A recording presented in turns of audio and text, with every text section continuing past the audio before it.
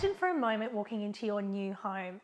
It ticks all the boxes and gives your family the space it needs to grow and the freedom it needs to flourish. Choosing to build makes this dream a reality. You know, it's not the home decor or the fancy fixtures and fittings that create a great home. Sure, they'll make for a great first impression, but there's one thing more important than a first impression, and that's a lasting impression.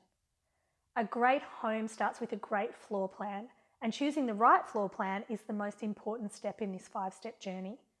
Here we'll show you the difference between builder's plans, custom design plans, and architectural plans. We'll share our top 10 design tips that can be applied across the board and touch on how simple it can be to incorporate some simple sustainability principles into your new home. With 4 kids of my own, I know how the functionality of a floor plan affects livability and how livability affects lifestyle. It's time to create the space that is going to let you live your best lifestyle. This is where we put our serious hats on and focus. Things just got real. Come on, let's do this.